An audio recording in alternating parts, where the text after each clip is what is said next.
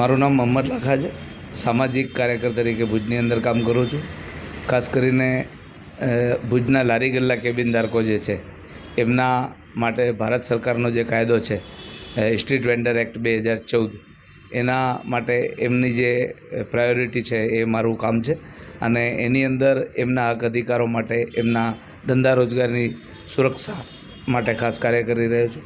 National locker federation ગુજરાતના general secretary તરીકે પણ સેવા આપી રહ્યો છું અને ગઈકાલે અમારો જે કાર્યક્રમ હતો એ ગઈકાલે ગુજરાત સ્થાપના દિવસ 1 મે અને એ જ દિવસે આંતરરાષ્ટ્રીય મજદૂર દિવસ તરીકે પણ ઉજવવામાં આવે છે। એટલે આંતરરાષ્ટ્રીય મજદૂર દિવસના અનુસંધાને અમે લોકો ગઈકાલે ભુજ જથ્થાબંધ બજાર સ્થિત જે મજૂરો છે એ મજૂરો સાથે એક સેલિબ્રેશનનો કાર્યક્રમ રાખેલો હતો અને એ કાર્યક્રમની અંદર અમે મજૂરોના હક અધિકારોની વાત કરી। મજૂરો સાથે ખાસ કરીને એમના જે પ્રશ્નો છે કે ઓછી મજૂરી મળવી, શોષણ થવું, એ મુદ્દાઓ ઉપર એમને જાગૃત કર્યા અને અત્યારની જે સરકારની ઘણી બધી યોજનાઓ છે એ યોજનાઓ એવી યોજનાઓ છે કે એ યોજનાઓથી મજૂરો યા તો અપરિચિત છે અથવા સરકારની આટલી બધી જાહેરાતો છતાં પણ એ યોજનાનો લાભ એ મજૂરો સુધી પહોંચતો નથી। તો એના માટે મજૂરોએ શું કરવું એ બાબતની પણ એમને સમજણ આપી।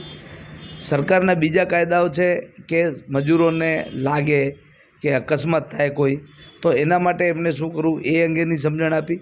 આજે મજૂરોને સામાન્ય ઈજા થતી હોય અથવા ગંભીર ઈજા થતી હોય તો મજૂરો પોતે એકત્રિત થઈને ફંડ ફાળો કરી અને જે ભોગ બનનાર વ્યક્તિ છે એને સારવાર આપવા માટે પ્રયત્નો કરીને એને મદદરૂપ થતા હોય છે, પરંતુ એના માટે સુરક્ષાનો જે કાયદો છે એ કાયદાનો ઉપયોગ ક્યાંય પણ એ લોકો કરતા નથી। બીજું કોઈક રીતે પ્રેશરમાં આવીને બનાવને ઢાંકી દેવા માટેના પ્રયત્નો કરતા હોય છે। તો એ રીતે પણ એમને જાગૃત કરવામાં આવે કે તમારા સંબંધો આ બાબતથી કોઈ રીતે બગડતા નથી। તમે કાયદાનો અભ્યાસ જો કરો અથવા કાયદાનો જો લાભ લો તો સરકારની અંદર જે યોજનાઓ છે એ યોજનાઓનો સીધો તમને લાભ મળી જાય અને એક ગરીબ મજૂર વર્ગ જે છે એ આર્થિક રીતે નબળો હોય એટલે એને એ પ્રકારની મદદ મળી જાય। આ પ્રકારની એક સમજણ આપવામાં આવી। મજૂર દિવસના ઇતિહાસ વિશે વાત કરવામાં આવી કે કઈ રીતે આ દિવસની આખા વિશ્વમાં ઉજવણી કરવામાં આવે છે। એની સાથે જ અત્યારના જે શ્રમ કાયદાઓ છે એને ક્યાંક ને ક્યાંક નબળા પાડવા માટેના જે પ્રયત્નો કરવામાં આવી રહ્યા છે તો આવનારા દિવસોમાં એ કાયદાઓને લઈને કયા પ્રકારના સંઘર્ષો દેશની અંદર થશે। ટૂંક સમયમાં જે ટ્રેડ યુનિયનો જે છે એ ટ્રેડ યુનિયનો ક્યાંક ને ક્યાંક સંઘર્ષના માર્ગે જઈ રહી છે। તો આ બધા જ સંઘર્ષના જે સાથીઓ છે, જે યુનિયનો છે, એમની સાથે કઈ રીતે કોન્ટેક્ટમાં રહી અને આપણે આપણા મજૂર ભાઈઓનું હક અધિકારોની વાત કરી શકીએ, એમના હક અધિકારો એમને અપાવી શકીએ, એમની સામાજિક સુરક્ષા આપણે અપાવી શકીએ।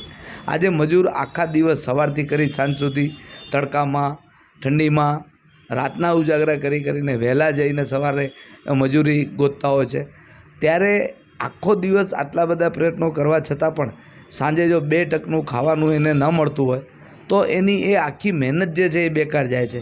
તો એના માટે પણ એણે કઈ રીતે આયોજન કરવું, બચત કઈ રીતે કરવી, એના માટેના બધા પ્રયત્નો પણ અમે કર્યા અને મજૂરોની જે મૂળ સમસ્યા છે કે એમના આવકના સ્ત્રોત જે છે એ એકમાત્ર મજૂરી જ હોય છે। જો મજૂરી ન મળે અથવા એ પૂરતા પ્રમાણમાં ન મળે તો એના માટે શું પ્રયત્નો કરવા એના માટે પણ વાતચીત કરી। સંગઠન ખૂબ જરૂરી છે અને એને મજબૂત રાખવું એ જરૂરી છે। તો સંગઠન સાથે કઈ રીતે સક્રિય રહીને તમે મજૂરોને મદદ કરી શકો છો, આ તમામ બાબતોની ગઈકાલે અમે 1 મે આંતરરાષ્ટ્રીય દિવસના ઉજવણીની સાથે આ તમામ બાબતોની વાતચીત કરી હતી।